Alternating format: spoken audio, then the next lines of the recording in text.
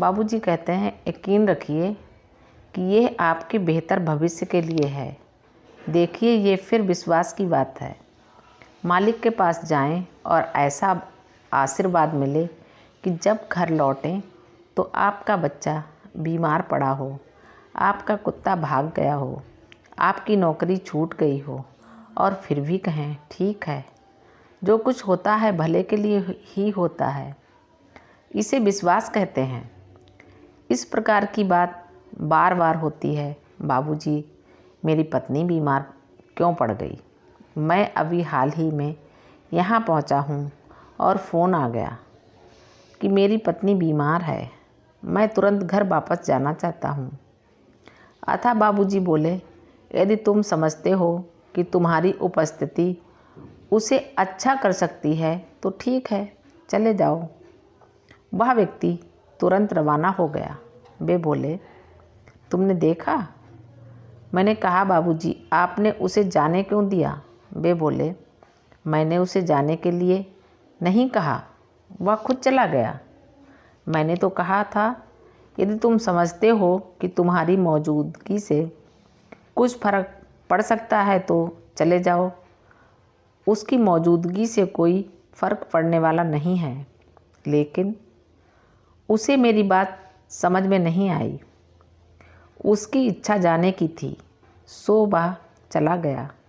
मैंने कहा, लेकिन क्या आपको उसे यह नहीं बताना चाहिए था कि तुम्हारी मौजूदगी से कोई अंतर पड़ने वाला नहीं है? तुम जानते हो, वह कहता कि उसे मुझ पर विश्वास नहीं है। वह विदेशी बुद्धिजीवी है। वह कहता, लेकिन बाबूजी, जब मैं वहाँ जाऊँगा तो मैं डॉक्टर बुला सकता हूँ, मैं एम्बुलेंस बुला सकता हूँ, मैं टेलीफोन कर सकता हूँ, मैं यह कर सकता हूँ, मैं वह कर सकता हूँ। तुम जानते हो, वे बहुत अहंकारी होते हैं। वे सोचते हैं कि वे संसार में कुछ भी कर सकते हैं। इन्हें कष्ट उठाकर ही सबक सीखना होगा। मैंने पूछा, क्या आप सोचते हैं कि वह चल बसेगी? वे बोले, मैंने इस पर विचार नहीं किया। ये ज़रूरी नहीं है, ये उसके सोचने का विषय है। मुझे नहीं मालूम कि बाद में उन्हें क्या जानकारी मिली। मुझे एक अमेरिकी दंपति के बारे में एक पुराना किस्सा याद है, जो मैंने पढ़ा था या सुना था। वे लोग हिमालय के पास कहीं हरिद्वार ऋषिकेश की तरफ भ्रमण कर रहे थे। वे ऊंचाई पर चढ़ते चले गए और एक जगह उन्होंने वहाँ ऐसी छोटी धोती पहने हुए एक बूढ़े व्यक्ति को पेड़ के नीचे इस तरह से एक टांग मोड़कर एक टांग सीधी करके बैठे हुए देखा। वे वहाँ बैठ गए और पूछा, आप यहाँ क्या कर रहे हैं? उसने कहा, अरे मैं कुछ नहीं कर रहा हूँ। फिर वे बोले, नहीं, क्या आपको कुछ न कुछ काम करके अपना योगदान नहीं देना चाहिए? आप एक इंसान हैं, आप अन्न खाते हैं और आप असली आलसी की तरह सारा दिन हाथ पर हाथ धरे बैठे रहते हैं। उसने कहा, देखो, मैं कुछ नहीं करता, मैं बहुत कम खाता हूँ, लेकिन मैं चाहूँ तो काम कर सकता हूँ। हाँ, फिर आप काम क्यों नहीं करते? उसने कहा, आपको कैसे मालूम कि मैं काम नहीं कर रहा हूँ? उन्होंने कहा, लेकिन यदि आप काम कर रहे हैं तो वह किसी न किसी को दिखाई देना चाहिए, है कि नहीं? काम होना ही चाहिए। लोग जो आपको देखते हैं जान जाएंगे कि आप काम कर रहे हैं, लेकिन आप तो यहाँ सिर्फ एक आलसी व्यक्ति की तरह बैठे हुए हैं। उसने पूछा, क्या आपके देश में ऐसा होता है? उन्होंने कहा, हाँ। वह बोला, आप अपने देश में क्या करते हैं? वह बोला, ओह, मैं सुबह 7 बजे काम पर निकल जाता हूँ। मुझे 30 मील दूर कार से जाना पड़ता है और फिर दिन भर हर क्षण में व्यस्त रहता हूँ। उसने पूछा, क्या करते हो? मैं ये काम करता हूँ, मैं वह काम करता हूँ, मैं हुक्म जारी करता हूँ। उसने पूछा, ये सब किस लिए? हम बहुत सारा धन कमाते हैं। मेरी कंपनी को प्रतिवर्ष लाभ अर्जित करना होता है, नहीं तो मेरी नौकरी चली जाएगी। तो आप किसी और के लिए धन कमा रहे हैं, आप अपने लिए क्या कर रहे हैं? उसने कहा, ये अजीबोगरीब प्रश्न है। मैं धन कमाता हूँ, बस यही है। आप अपने धन से क्या करते हैं? हाँ, मैं भोजन सामग्री खरीदता हूँ। मेरा एक मकान है। उसने कहा, मैं भी अपने खाने का प्रबंध करता हूँ। मेरा भी घर है। जो ये पेड़ है, आपने कैसे सोच लिया कि मैं आपसे गया गुजरा हूँ? उन्होंने कहा, लेकिन आपके पास यहाँ कुछ भी नहीं है। मेरे घर में मेरे पास टेलीविज़न है, मेरे पास फला चीज़ें हैं, सभी आधुनिक। उसने पूछा, टेलीविज़न क्या होता है? उसने बताया, तुम उसका स्विच ऑन कर दो तो दुनिया भर में क्या हो रहा है तुम देख सकते हो। उसने कहा, वह पत्थर का बड़ा टुकड़ा है, वह मुझे दीजिए। वे लोग उसे ले आए।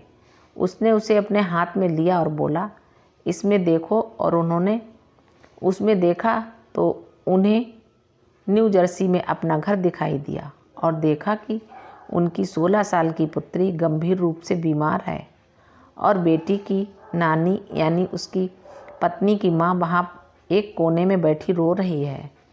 3 डॉक्टर और एक सेवक उसकी देखभाल कर रहे हैं।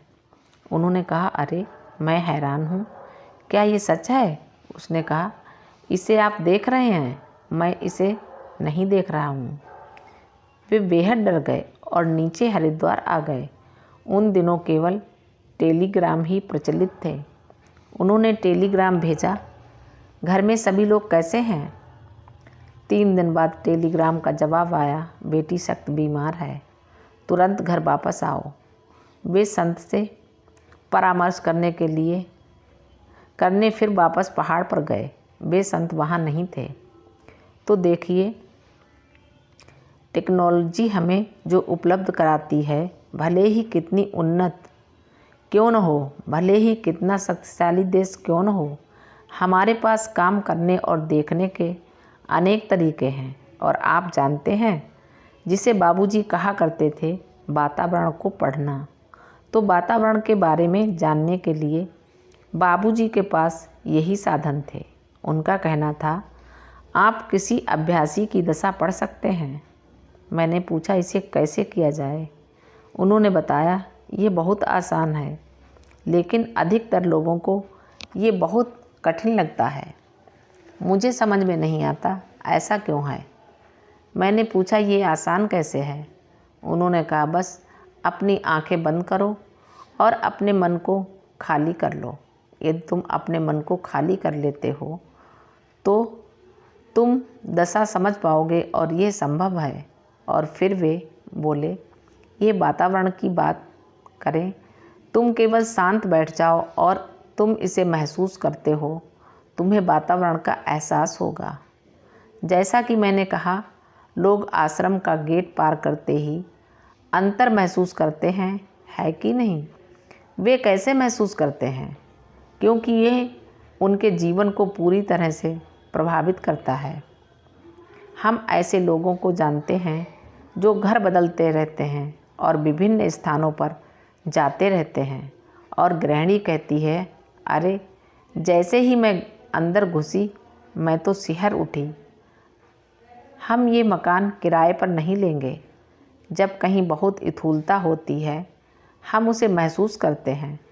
आप जानते हैं, हम इंसान स्थूलता को भी बहुत आसानी से महसूस कर लेते हैं, लेकिन सूक्ष्मता को हम महसूस नहीं कर पाते। बाबूजी का कहना था, यह तुम्हें विकसित करनी पड़ेगी। स्थूलता आप महसूस करते हैं क्योंकि ये आप पर असर डालती है। आपके पास और कोई विकल्प नहीं है। असल में आप कुछ भी अनुभव नहीं कर रहे हैं, ये आप पर असर डालती है। आप गौशाला में जाएं, आपको गाय के गोबर की गंध आएगी। इसीलिए नहीं कि आप संवेदनशील हैं, बल्कि वह इतनी स्थूल है कि आप उसे नज़रअंदाज नहीं कर सकते। तो ये आपको विकसित नहीं करनी होती। जो चीज़ आप पर असर डालती है उससे खुद को बचाने के लिए आपको संवेदनशीलता विकसित करनी होती है। ये सूक्ष्मता आप पर कोई प्रभाव नहीं डाल पाती, जबकि आपको उससे प्रभावित होना चाहिए। जब आप स्वयं सूक्ष्म और सूक्ष्मतर होते जाते हैं, तब आप इसका प्रभाव पड़ता है और तब आप इसे महसूस करने में सक्षम हो जाते हैं। नहीं तो मैं तुम्हें बता रहा हूँ, जैसा कि ईसा मसीह ने कहा है, बंदर के हाथ में मोती की माला मत दो। बंदर को मोती की कीमत क्या पता। हम लोग भी वैसे ही हैं। अतः हमें वातावरण में सूक्ष्मता को महसूस करने के लिए खुद को तैयार करना पड़ेगा। इसी प्रकार प्रत्येक चीज़ में क्या अच्छा है, क्या सूक्ष्म है, हमें सीखना है, हमें सिखाया जाना है और हमें सीखने के लिए इच्छा रखना अथवा तैयार रहना है। तो वे फिर इच्छा होने के प्रश्न पर वापस आ गए। इसी प्रकार ये घंटों तक चलता रहता, कभी कभी देर रात तक। इसके बारे में हम बाद में और विस्तार से बात करेंगे।